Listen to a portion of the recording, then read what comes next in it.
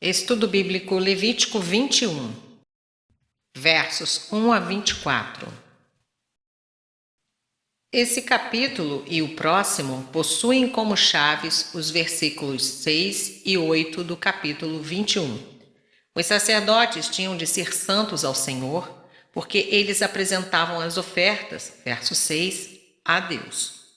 Tinham de se proteger da contaminação que ocorria por contato com o morto, versos 1 e 2, exceto em casos que envolviam pessoas próximas da família, como mãe, pai, filho, filha, irmão ou irmã solteira. As referências a cortar os cabelos, a barba ou golpear a carne, verso 5, diziam respeito ao luto pelos mortos. A passagem de 19, versos 27 e 28, proíbe tais procedimentos de luto para todo Israel. Neste capítulo são registrados regulamentos de pureza específicos aos sacerdotes. Esses regulamentos dizem respeito aos sacerdotes em geral, versos 1 a 9, ao sumo sacerdote, versos 10 a 15, e aos sacerdotes que tiveram algum defeito físico, versos 16 a 24. Todos os sacerdotes representavam um homem restaurado à imagem de Deus e dessa forma tinham que demonstrar a santidade de Deus em seu caráter e em seus corpos. A santidade no homem restaurado envolve sua perfeição e saúde, plenitude de vida, libertação da mortalidade, da perecibilidade e da decadência. Por isso, os sacerdotes, com certos defeitos físicos, estavam proibidos de oferecer sacrifícios, versos 17 a 21. Mas os sacerdotes defeituosos ainda assim podiam compartilhar de uma partilha plena dos direitos dos sacerdotes, verso 22. A intenção dessas leis era elevada e o padrão de uma vida pura e santa para os sacerdotes era muito alto. Verso 1: Não se contaminará. A santidade, a vida e a morte são incompatíveis entre si. Por conseguinte, os sacerdotes não podiam lamentar nenhuma morte, exceto a de seus parentes mais chegados, versos 2 e 3. A morte, sendo um resultado do pecado, o contato com os mortos tornava o sacerdote ritualmente imundo. Verso 2. Parente mais chegado. Entre as pessoas para as quais o sacerdote tinha licença de se contaminar, não se menciona a esposa, possivelmente porque a esposa, sendo carne da sua carne, Gênesis 2, 23, nem sequer precisava ser mencionada, tendo todo o direito às honras finais. Verso 5.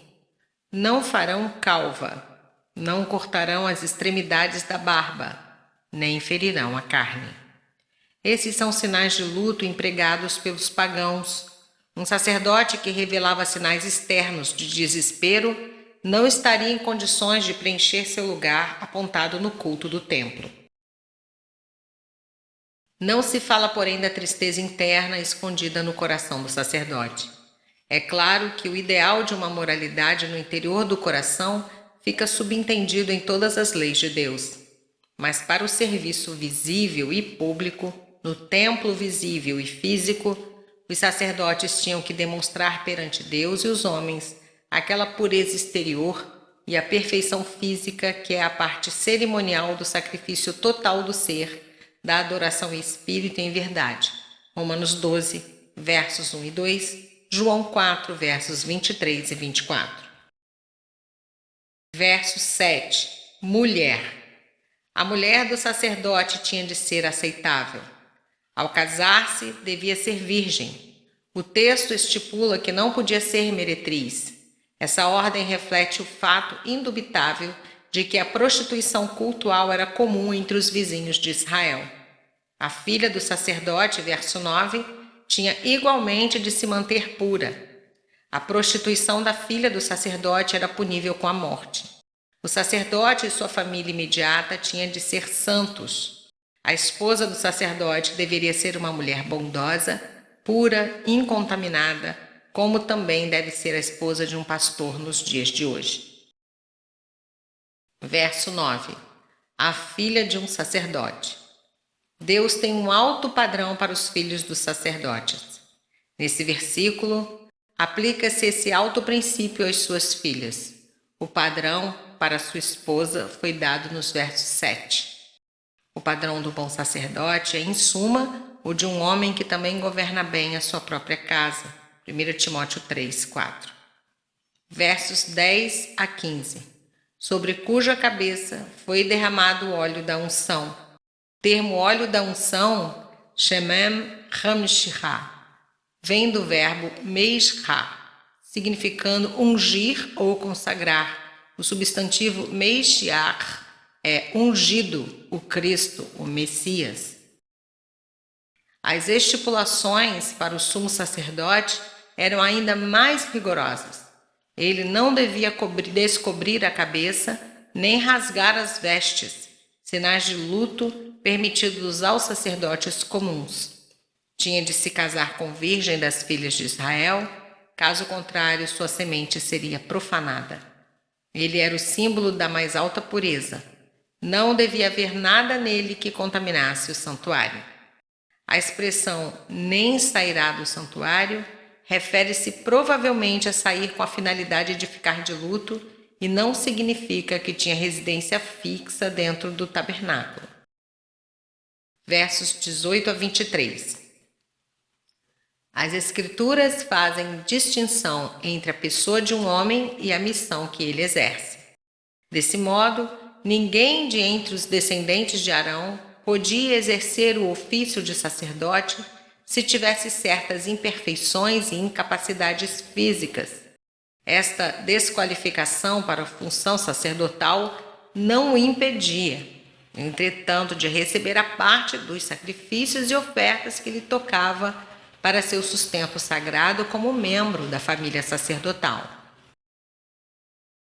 Tanto o sacerdote ofertante como o animal oferecido deviam estar isentos de qualquer mancha ou defeito para satisfazerem as exigências de Deus. Só Cristo cumpriu plenamente essas exigências, sendo em si mesmo sem defeito ou mancha de pecado, e tendo feito do seu corpo um sacrifício perfeito como ofertante e como vítima. 2 Coríntios 5, 21, 1 Pedro 1, 19, Hebreus 7, versos 26 a 28 e Malaquias 1, 8.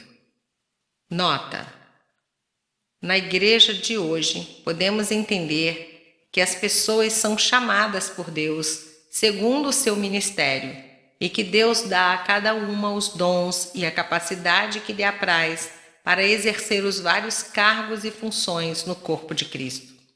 Cada membro com sua função, mas todos servindo a Deus com a mesma alegria. Romanos 12, versos 4 a 8. Verso 23. Porém, até o véu não entrará. A maravilha perene é que o Senhor, o único verdadeiro santo, procure seres humanos para o seu serviço.